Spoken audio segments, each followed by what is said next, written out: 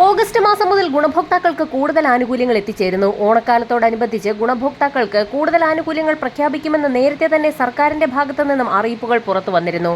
ഇതിന് പിന്നാലെയാണ് സന്തോഷ വാർത്ത എത്തിയിരിക്കുന്നത്. ഓണക്കാലത്ത് ഏറ്റവും കൂടുതൽ ധനസഹായ ഇനത്തിൽ എത്തിച്ചേരാൻ പോകുന്നത് ക്ഷേമ പെൻഷൻ ഗുണഭോക്താക്കൾക്കുള്ള കുടിശ്ശിക തീർത്തുള്ള ആനുകൂല്യ വിതരണമാണ്. നിലവിൽ കുടിശ്ശികയായിരിക്കുന്ന 2 ഗഡു പെൻഷൻ തുകയിൽ 1 ഗഡു കൂടി ചേർത്ത് പെൻഷൻ ഗുണഭോക്താക്കൾക്ക് വിതരണം ചെയ്യുമെന്ന് റിപ്പോർട്ടുകൾ വന്നതിന് പിന്നാലെയാണ് സന്തോഷ വാർത്ത എത്തിയിരിക്കുന്നത്.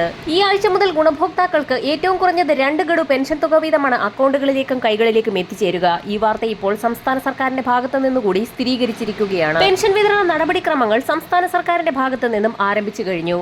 പെൻഷൻ തുക, ശമ്പളം, മറ്റാനുകൂല്യങ്ങൾ, ഉത്സവകാല ബത്ത എന്നിവ വിതരണം ചെയ്യുന്നതിലേക്കായി ആദ്യഘട്ടമെന്നോണം സംസ്ഥാന സർക്കാർ ധനസമാഹരണ നടപടികൾ ആരംഭിച്ചു. 2000 കോടി രൂപയുടെ വായ്പാനുമതി കേന്ദ്രത്തിന്റെ ഭാഗത്തു നിന്ന് ലഭിച്ചതോടുകൂടി ഇന്നലെ മുംബൈ ഫോർട്ട് ഓഫീസിൽ ഇ-കുബേർ പോർട്ടൽ വഴി കടപ്പത്ര ലേലം നടന്നു. തുക എത്തിച്ചേർന്ന സാഹചര്യത്തിൽ വിതരണ നടപടികൾ ഇന്നു മുതൽ തന്നെ ആരംഭിക്കുന്നതാണ്. വരുന്ന ആഴ്ചയോടുകൂടി വിതരണം പൂർത്തിയാക്കുന്ന രീതിയിലാണ് നടപടികൾ ആരംഭിച്ചിരിക്കുന്നത്. ഓണത്തോടനുബന്ധിച്ച് ഓഗസ്റ്റ് മാസത്തിൽ തനത് മാസത്തിലെ പെൻഷൻ തുക വിതരണം ചെയ്യുന്നതോടൊപ്പം തന്നെ 1 ഗഡു കുടിശ്ശിക കൂടി നൽകിയേക്കുമെന്ന് നേരത്തെ തന്നെ സർക്കാർ റിപ്പോർട്ടുകൾ പുറത്തു വന്നിരുന്നു.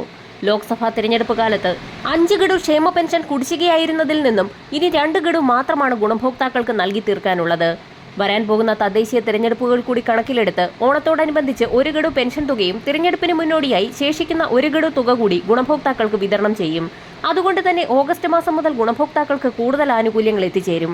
വരാൻ പോകുന്ന തിരഞ്ഞെടുപ്പിന് മുന്നോടിയായി ഗുണഭോക്താക്കൾക്ക് പെൻഷൻ തുകയിൽ വർധനവ് കൂടി പ്രഖ്യാപിക്കുമെന്നുള്ള സന്തോഷ വാർത്ത കൂടി ധനവകുപ്പിന്റെ ഭാഗത്തു നിന്നും പുറത്തു വന്നിരിക്കുകയാണ്.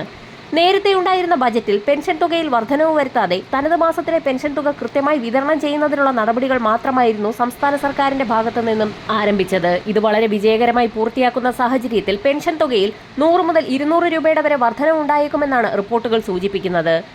പുതുക്കിയ പെൻഷൻ തുക പുതിയതായി അപേക്ഷിക്കുന്ന പെൻഷൻ ഗുണഭോക്താക്കൾക്കുൾപ്പെടെ വിതരണം ആരംഭിക്കും.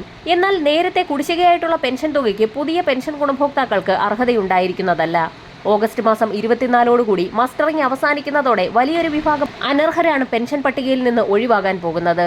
ഇത് സംസ്ഥാന സർക്കാരിന് അനുകൂലമായി മാറും. ഏറ്റവും അർഹതപ്പെട്ട ഗുണഭോക്താക്കളിലേക്ക് വർദ്ധിപ്പിച്ച പെൻഷൻ തുകയും കുടിശ്ശിക തുകയും എത്തിച്ചേരുകയും ചെയ്യും. എന്നാൽ ഇതിനോടകം തന്നെ കുടിശ്ശിക ലഭിക്കാതെ നിരവധി പേർ മരണപ്പെട്ടു എന്നുള്ള ആക്ഷേപവും ഉയരുന്നുണ്ട്. മരണപ്പെട്ടവരുടെ ആശ്രിതർക്ക് കുടിശ്ശിക ലഭിക്കില്ല.